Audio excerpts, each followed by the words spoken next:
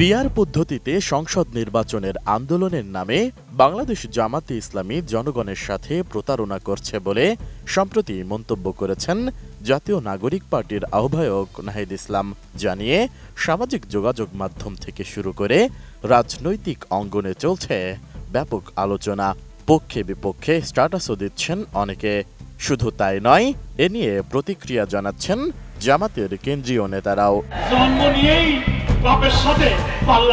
জামাত নিয়ে নাহিদ ইসলামের Facebook post ইস্যুতে এবার কথা বলেছেন দলটির সেক্রেটারি জেনারেল অধ্যাপক মিয়া গোলাম পরোয়ার।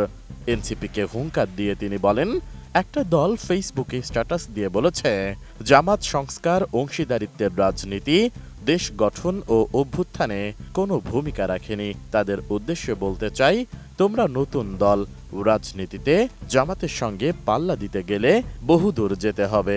জন্ম নিয়েই বাপের সঙ্গে পাল্লা দিও না। একটা দল ফেসবুকে স্ট্যাটাস দিয়ে বলেছে আমরা সংস্কার অংশীদারিত্বের রাজনীতি, দেশ গঠন, অভ্যুত্থানে কোনো ভূমিকা রাখিনি। আরে বাবা, তোমরা নতুন ছাত্রদের দল, রাজনীতিতে জামাত ইসলামের সাথে পাল্লা দিতে গেলে আরো বহু দূর যাইতে হবে। 32 ইঞ্চি জেভিকো টিভি এখন মাত্র 15,000 টাকায়, সাথে পাচ্ছেন 3 বছরের প্যানেল ওয়ারেন্টি।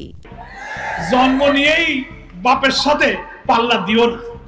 20 অক্টোবর বিকেলে সাতক্ষীরার তালা ফুটবল মাঠে ছাত্র যুব সমাবেশে প্রধান অতিথির বক্তব্যে গোলাম পরোয়ার এ মন্তব্য করেন। তিনি বলেন, ঐক্যমত্য কমিশনে লিখিতভাবে জামাতি পূর্ণাঙ্গ রিপোর্ট দিয়েছে, অথচ নতুন গঠিত ছাত্রদের একটি দলের নেতা দুঃখজনক স্ট্যাটাস দিয়ে এই সমালোচনা করেছেন।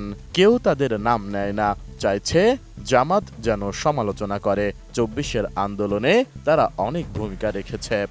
নতুন সংবিধান সংরক্ষণে ভূমিকা রাখেনি।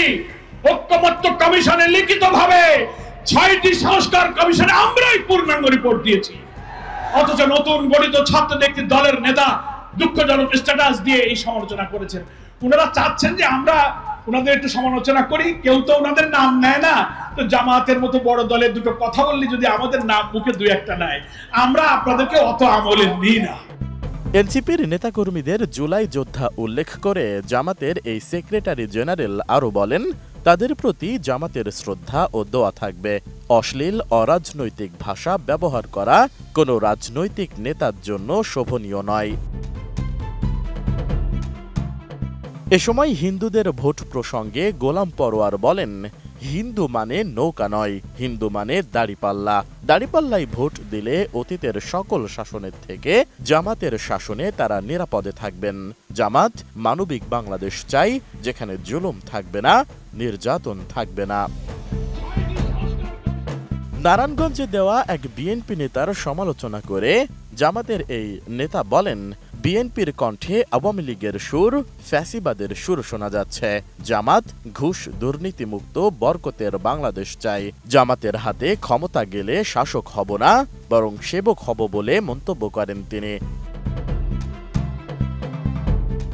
সমাবেশে জামাতের গণজোয়ার রুখে দিতে ষড়যন্ত্র চলছে উল্লেখ করে গোলাম পরোয়ার বলেন, জামাত ঘের দখল করে না, জমি দখল করে না, বালু উত্তোলন করে না। জামাত ক্ষমতায় গেলে দেশে বেকার থাকবে না বলে মন্তব্য করেন তিনি। কারিগরি শিক্ষার মাধ্যমে দেশের বেকারত্ব দূর করা হবে বলে মন্তব্য করেন তিনি। ছাত্র ছাত্রী, কলেজ, ইউনিভার্সিটি সব পর্যায়ের যুব শক্তিকে নৈতিক শিক্ষা ভিত্তিতে শিক্ষা ব্যবস্থাকে পুনর্গঠন করে উৎপাদনমুখী কারিগরি শিক্ষা দিয়ে লক্ষ লক্ষ তরুণকে এমন ভাবে আমরা কাজ দেব, কর্মসংস্থান দেব, শিক্ষিত করব, সমাজের উচ্চ পদে যাবে। এই বাংলাদেশ হবে একটি উন্নত সমৃদ্ধ মডেল বাংলাদেশ, কোনো বেকার থাকবে না। এসআই রাজ, এটিএন নিউজ।